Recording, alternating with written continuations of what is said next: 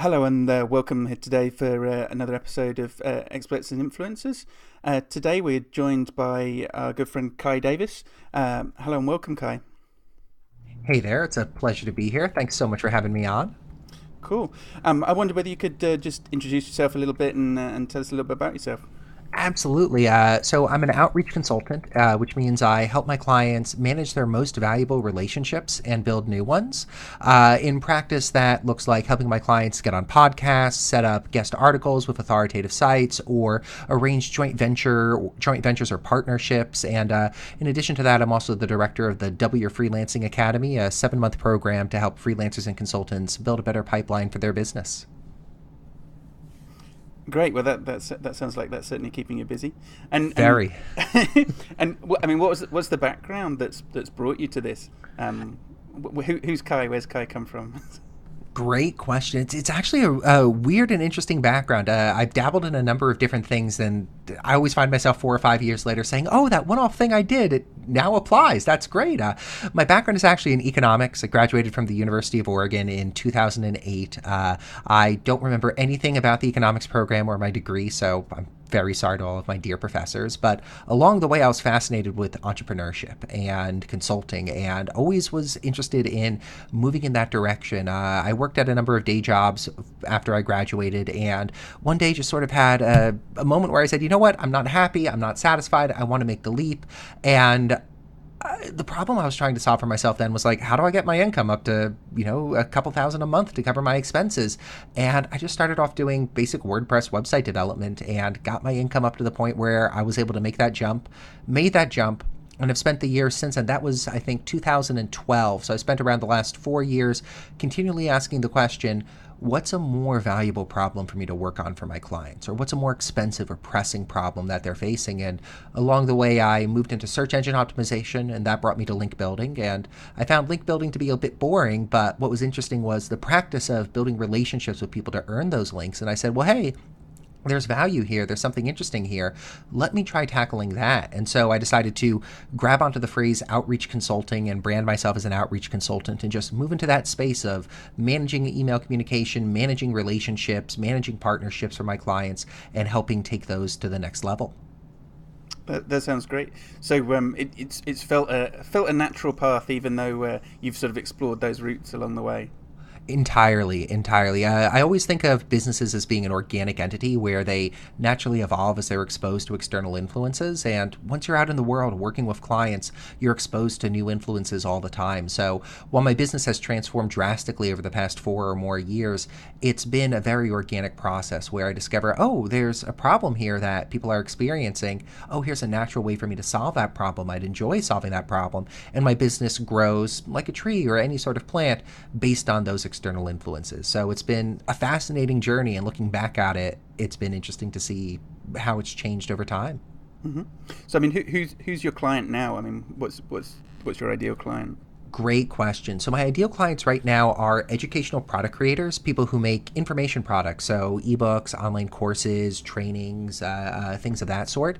And they're my ideal client just because they have a very firm idea of who their target market is. They have a product built to solve a specific expensive problem, and they're looking to increase their reach or increase their exposure across people in that target market. So I very much enjoy working with these educational product creators and finding opportunities for them to reach more audiences or expose existing audiences to a new variation of their message. Great. So, I mean, what do you find? Do you find that you are working sort of both sides of this market to sort of look for those opportunities, but also help the clients reach them? Very much so. It's a process of building up, let's say, a metaphorical black book of contacts. So as I build relationships with, say, podcast hosts or editors on sites or people who often take part in joint ventures or partnerships, it's not just a one and done opportunity. It's me both cultivating opportunities for my current clients, but also cultivating opportunities for future clients while managing those opportunities for the client. So it really is sort of managing a two-sided marketplace, so to speak, building the relationships with the people we want to gain access to and working with my clients to execute on those opportunities. Am I explaining that well? No, that sounds good. So you're the man with the little black book.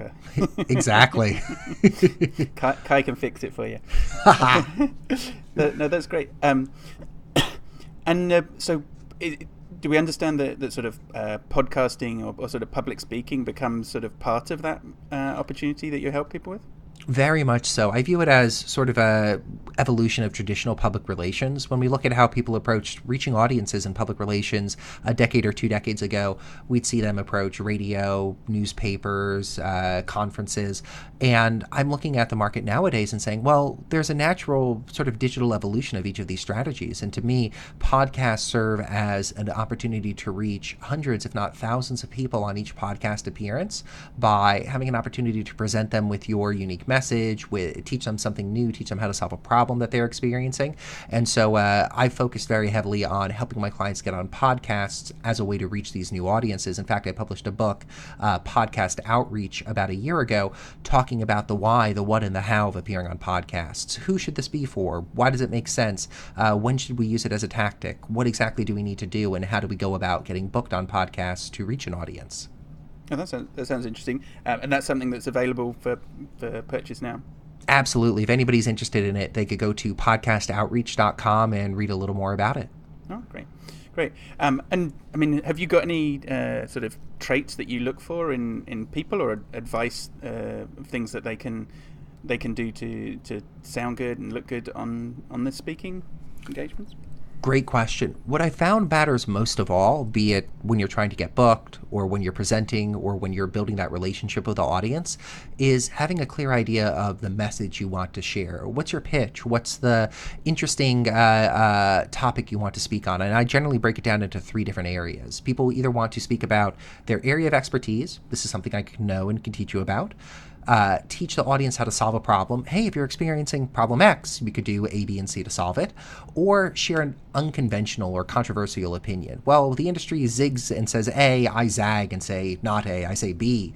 And I say that when we have these strong opinions, when we come at podcasting or presenting or any sort of means to reach an audience with one of these 3 strong opinions, it's easier for a podcast host to say, oh, we'd love to have you on. We think you'd make a great guest. Because instead of approaching them from a point of saying, I'd love to come on your podcast, we're approaching them from a point of saying, I'd love to teach your audience something new. And it all, in my mind, comes down to education. As long as we're focused on providing education and value to the audience, then it's an interesting opportunity for the podcast host, an interesting opportunity for the person we're pitching. Yeah, no, that makes sense.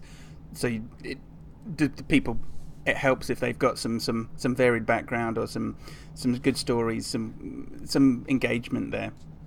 Absolutely. The way I usually approach it with clients is just talking them through a narrative and saying, like, well, tell me, where do you disagree with the industry at large? Or what's something you're really great at that at a cocktail party you could explain to somebody in 3 or 5 minutes? And building on those to develop a pitch, if we're talking specifically about pitching podcasts, but I think it applies for any sort of media opportunity. But oftentimes it might be one small throwaway sentence and they're like, oh, and yeah, I disagree with the industry about X. But it's those small disagreements or those small differences in opinion with the industry at large that I think make the most interesting stories, because instead of saying, oh, I agree with the industry, A, B, and C are the way it should be done, it's interesting and captivating for an audience to hear, well, most people say A, B, C, but I say X, Y, Z, and this is why. So sometimes it's having a large amount of experience or background knowledge to draw on, but other times I think it's also just being able to look at the industry you take part in and saying, well, where do I disagree with them, or what's a part of this industry I could teach to somebody new or somebody that's listening.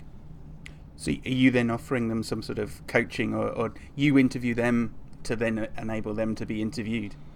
Entirely. Part of it is helping my clients practice giving a good interview, getting on Skype and just going through the steps and process of it. Part of it is refining the pitches for them so we understand the story we want to tell, the call to action we want to have as part of that story, and where we want the listener to end up once they hear that call to action. Where do they end up? What do they sign up for? What's that experience like for them after the episode?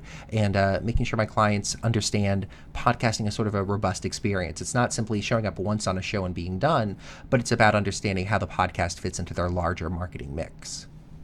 Okay, indeed. So if we wanted to, say, turn that idea around and say, if you had a sort of a 5-minute class for the team here or the audience listening, what sort of things could we do if maybe we've spoken at sort of meetups or company gatherings or whatever, but we're looking to sort of step up or get on podcasts ourselves or start our own publishing career? Have you got some sort of advice where we could look good for you that would make a good client for you? Absolutely. So if you were I love the question of, we've done some speaking before, we've done some speaking at meetups or company events, we want to evolve that to the next level. What should we do? How do we approach that? Am I restating the question well? Yeah, indeed. So, I mean, we want to take it to the next level. We've seen we want to move in this direction, but how do we know we're speaking well? How do we? So sometimes I think you can only get these things from repetition and feedback. But if you've taken this is a direction that you're looking for, it's just trying to find where to go next. What I typically recommend to people is there's sort of a couple different levers we could focus on. There's the craft of speaking, the craft of podcasting, and I think there are a number of courses out there that teach it. Toastmasters or local organizations focused on giving speeches and giving presentations are wonderful to join. I typically recommend my clients focus in one of those areas if they're looking to develop sort of that craft a little more. When it comes to, though, evolving speaking and saying, well, we've given some talks before, maybe we've spoken at local meetups, maybe we gave a lightning talk at a local event, we'd love to do more of it, what should we do? What I recommend doing is almost a market research assessment, taking a look around and saying, okay, let's pick on podcasting. Is podcasting a viable way to reach my target audience or reach my market? Are people often listening to podcasts? Are there a number of podcasts that appeal to the space? I have a colleague who I was talking with about this just a few weeks ago, where he expressed a lot of interest in doing a podcast tour, but wasn't sure if it would make sense for his business. And I said, well, hey, before we even think about the topics and the calls to action and sort of the lead magnets we'd give away to get people onto our email list, how many podcasts are there out there that reach this target market? Neither of us knew. We opened up iTunes, we opened up a couple other sites, and we found there were actually only 2 podcasts that serve this market. So the first step I always think is looking at the market and asking ourselves that question of, is podcast or are podcasts something that the market listens to? If they are, wonderful. We validated it in a sense. If it's not, I think it's valuable to head in another direction, looking at conferences, looking at meetups, looking at other speaking opportunities. But I think it all really starts from a market research point. Is this something that people engage with? If not, we're sort of barking up the wrong tree. Okay. Is there some sort of assessment that we can look at or we could come to you for, I mean, how do you assess how big a podcast is or how big a speaking engagement is as to the sort of the effect or the sort of validity of it? Great question. The challenge with viewing sort of, let's call it the strength of a podcast appearance, is podcast analytics are a bit of I'll call it a black hole, let's say. You can't really see the number of unique listeners. Nobody has to sign in to access your podcast. So, I've had X downloads. Podcast hosts aren't often likely to share those raw numbers with a guest. So it's hard from the outside to assess how big of an opportunity appearing on a podcast might be. What I've done is use a couple proxies. So I'll look at the podcast and say, how long have they been around? Do they publish weekly or not? What's the quality of their website just from a design perspective? Does it look pretty or does it look pretty cookie cutter? I'll see if they get a lot of comments on their podcast. I'll see if they get a lot of Twitter shares for episodes. I'll see if they have a lot of links pointing to their site. Just use these additional quantitative and qualitative measurements to see, well, is this a good opportunity to pursue? If it is, wonderful. If it isn't, okay, let's not do it then. But what I found is, even if it's appearing on a more early stage podcast or a podcast with a smaller listenership, there's value in it for the podcast guest because it adds to your sort of wall of experience. It's another podcast you're able to cite as something you've done something you've been on, something you've done. It's something you're able to share with your audience. So even if it's a smaller size podcast, I think there's a lot of value in appearing on it because it's something you could share with a prospect or a lead. Hey, I was interviewed on this podcast about a similar topic. Wouldn't it be great to listen to it and learn more about my approach? Or it's something you're able to share in outreach to other podcast hosts. Hey, I was just on this recent episode. Why not take a look? And is able to provide social proof of your ability as a speaker or your ability as a guest. Okay, so I mean, taking it further than the sort of reach of it, is there some, I don't know, good techniques or structures when you're actually doing the speaking or improving your voice for taking part? Great question. That's an area that I am personally focusing on more. So I'm reading a couple books about it right now. But what I found, honestly, to be the best way to improve sort of the structure and flow and form of guesting on a podcast or appearing on a podcast is doing the brutal thing and listening to the episode. And it took me a year and a half of appearing on podcasts. And honestly, I wish it wasn't the case, but it took me a year and a half of appearing on podcasts before I finally got up the courage to listen to be on a podcast. I just got the fear every single time. And it really made it hard for me to deconstruct and analyze what I was looking to achieve. So once I was able to get over myself and get out of my own way and listen to myself appear on a podcast, it was a lot easier to identify, oh, I have these verbal tics, or, oh, I need to make sure to do A, B, or C. A few tactics that I try to integrate more into my public speaking or my podcast appearances are making sure to come up for air, so not monologuing horrendously, making sure it's only like a 60 to maybe a 90-second response at most, and trying to engage in banter and a conversation with the host. I try to come into every interview with 3 to 5 points written down on a card that I want to reference, but it's not extensively scripted out. It's not extensively, oh, this is the exact flow I want to go through, but it allows me to know, oh, I want to make sure to hit on this point and that point and this point as I go through, but just naturally follow through with the conversation. Yeah, that sounds some great advice. So, I mean, picking up on that, have you got some work or some speaking coming up that we might the audience might be able to come and follow up with you? I appear on podcasts a decent amount, and I have a bit of a podcast tour coming up in the next month or two. So following along on my mailing list, you could sign up at wyouraudience.com/newsletter is a great way to hear what podcasts I'm coming up on. I always tweet about them. I don't have any conference speaking engagements coming up. I'm just back from the W Freelancing Conference in Virginia. That was last week at the end of September. But that's the end for my public speaking for a bit. I'm taking the next couple of months just to rest and recuperate and do a bit of a podcast tour. Cool. That sounds good. So we'll listen out for you. And where can people get in contact with you if they're interested in following up and getting on some more speaking arrangements?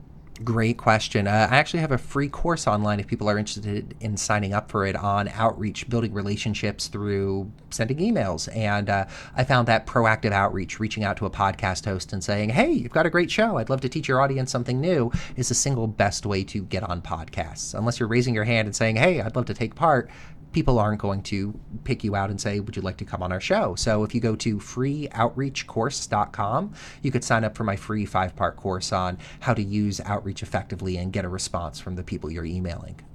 That's great. So we'll get those details off you and put them in the show notes. It's been super having you come in on the show and talk with us today. And thanks for sharing with us and the audience. Hey, thank you so much for having me on. It's been an honor. Cheers. Thank you. Goodbye, Kay. Sweet. Okay, and we're out. Thanks. That was great. That was awesome. But yeah, you are not the only ones with the fear. I get the fear before every interview, before every single thing. Honestly, isn't that the thing? It's the same as going to the gym. If you don't get the burn, the fear is that's the adrenaline. That's what's going to make you do a performance. Yep. Oh, and yeah, I didn't realize it before I started podcasting, but the thing that always gets me when I'm nervous is my hands start flop sweating. And I'm like, why are my hands so wet right now? But it's just because I would get so nervous about it. And it took a lot of times doing it. I think my assistant calculated it out, and I've been on like 45 podcasts over the last 2 years. But just doing it enough times, it became familiar and became habit and became less scary. And then when I started doing more public speaking at conferences or meetups or local organizations, I realized it's the exact same thing. Like, the only difference is I can see the people in front of me and I can't say, hold on a second, let me mute while I cough. I have to cough in front of the audience, but I was able to draw on those same skills as I started doing more public speaking. How, Anthony, have you got some other things? Had all my questions put through. Oh, well, that was. Oh yeah, I do have one question for you, Kai. If Sure. I can jump in real quick, Anthony. Sure. So Kai, I'm using podcasting as a way of social proofing with my clients because I don't have anything in terms of a product to sell. I sell services, and I also have a very unique name where whenever I go to Starbucks, they don't know how to even pronounce my first name. So one of the concerns with a lot of clients is, can this guy even speak English, right? So I use it as a way to stay in touch, stay in top of mind, but also express, how I am in relation of them working with me. So as consultants, for those who sell services, how do we present ourselves in a way that when we reach out to other influencers that says, hey, this guy is legit. He knows what he's talking about. He seems like he's a subject matter expert in terms of digital artifacts.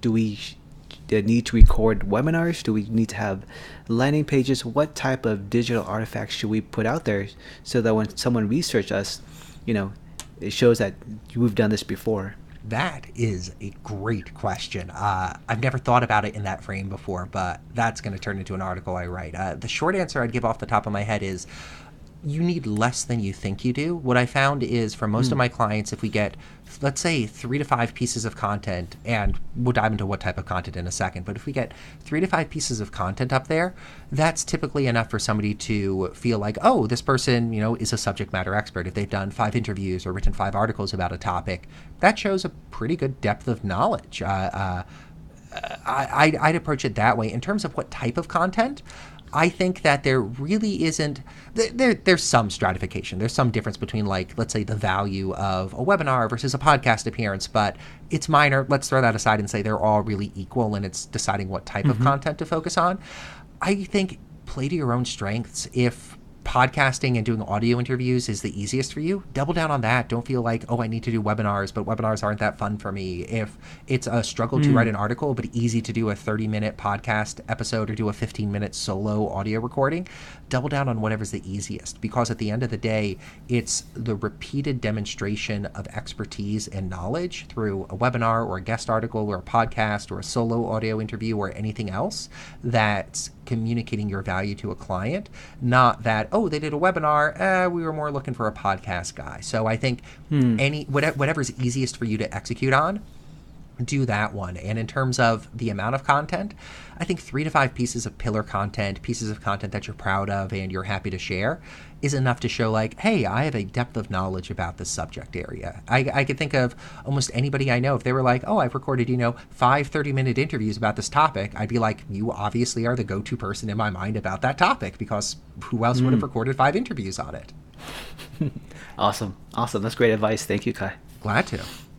I think you can get some of that with that sort of social proof or sharing online, that if you've put up a good few talks, more than one, and one of them starts getting some traction or some likes, you can often see that, but it can turn up several months or years later. Just somehow that topic has come round, or people have picked up on that surfacing as a good thing, and just driving your voice. I think mainly it's just practicing and finding if your product is speaking and selling, is there a way of cutting that down and having a demonstratable version? So maybe if you're saying that people aren't sure how you'll come across, then some sort of profile piece, some sort of more like a recording artist piece of, here's some headshots, here's some recordings, here's some samples. Give them something to start with, something short or easy to start with or something. So I can imagine the podcast could work well. Yeah, and I can imagine that in your case specifically, that putting together a sort of, I might not necessarily call it a speaking page on your site, but if we know that this is an objection, people are like, what are your communication skills going to be like? That putting something together where maybe you have 1 or 2 testimonials from people who are like, it was a great interview, the audience loved it, and including a couple, if not full episodes, but audio excerpts, makes it easier for the client to say, oh, this objection I had, I'm worried about their communication skills, is already defeated, because I could see they're an accomplished public speaker, they host a podcast, they're on podcasts, and I could listen to a snippet here. Perfect, great, love to work together. I mean, do you, Kai, have some sort of, do you give people sort of top line numbers when you're doing stuff yourself? When I'm pitching for a podcast? Yeah. Good question. I don't, but it's something that I'm starting to think about and encourage my clients to do. Sort of as I've always approached pitching a podcast from the perspective of I want to develop an interesting story for my client that they could then share, or I could share with the podcast host through outreach, and then we tell that interesting story on air and turn that into a call to action. Mm-hmm. I've not come around to, but I've started integrating into my thinking, well, if my client has a 2,500 person email list and 3,000 Twitter followers and some other, let's say, channels, then it only could add to our pitch if we say, hey, we'd love to teach your audience one of these 3 things. Please let us know which one would be the most interesting. By the way, whenever we're interviewed, we always like to share it on our email list with 2,500 people and tweet about it 2 or 3 times, and you get this exposure. So even, and my thought process on it is, even if our pitch isn't 100% resonant or the best pitch for the show, the value add of, oh, they're going to expose this episode to 2,500 people and put it on their site where they get 5,000 visitors a month, that will only make a host say, oh, interesting, exciting, let's talk more about this. Yeah, that's a good point. Do you have some sort of advice? I've had some sort of mixed feedback on sometimes if you are promoting an event that you have been on, because I may go, oh, I've got an audience who would be interested to hear me. Do you try and leave it to the host or their property to do the promotion, rather than, in a sense, you could end up not competing with them as such, but you might have a slightly different message to how you promote it? It depends. I approach it on a case-by-case basis. I found with podcasts, there's not really a large chance of there being an overlap or a collision there. Mm-hmm. With events or sort of like online summits, sometimes there can be. I don't really have a good answer to that question, honestly. No, sure. It was. I guess it's just sometimes when there's a money involved, when it's part of a marketing effort or whatever. For example, you were going on a more like a book tour or a product tour. You were promoting your own product, and even sometimes it can be good because then you've left that message in that channel, in their voice, in their world, rather than it's still your voice. You've not stretched your surface area of sort of influence. So, but anyway, yes, just an interesting thing seeing that. No, and I completely agree, especially on that idea of sort of like increasing the surface area of your promotion. I think that's another reason why it's important to appear on a number of different podcasts, because each appearance just increases that surface area a little bit and makes it easier for people to say, oh, I heard about this person through this channel. I've been amazed for my own consulting practice, the number of clients that come to me and I'm like, okay, tell me about your problem. Tell me about your business. How'd you hear about me? Well, I heard you on this one podcast and I liked what you had to say, so I Googled and I found a couple other podcasts and I listened to 4 or 5 of them, and then I decided we needed to get on a call, and this is the part that always freaks me out in a good way. At this point, I feel like I know you. This is a person I've talked to for about 20 minutes at this point, but because they heard me on a number of podcasts, because they had that initial interaction with me, suddenly they jumped over to saying like, oh, I feel this connection to this person, and it turns into a positive client relationship. So I've been amazed how sort of increasing that surface area, increasing the possibility of somebody stumbling across me online has benefited my business dramatically. Yeah, this is great. So, I mean, just seeing people in different light, I can imagine too. It's a different host brings out something different in you, and so yeah. No, but that's great talking with you today, Kai. I think you said you've got a cut-off, so feel free to drop out when you want, because this is the less formal section. Absolutely. I better hop off for that other appointment. But again, thanks to you all for having me on, and please let me know when this goes live. I'm excited. Yeah, that'd be great. Thank you so much, Kai. It was wonderful. See ya. Thanks, Kai. Yep. Cheers. Bye-bye.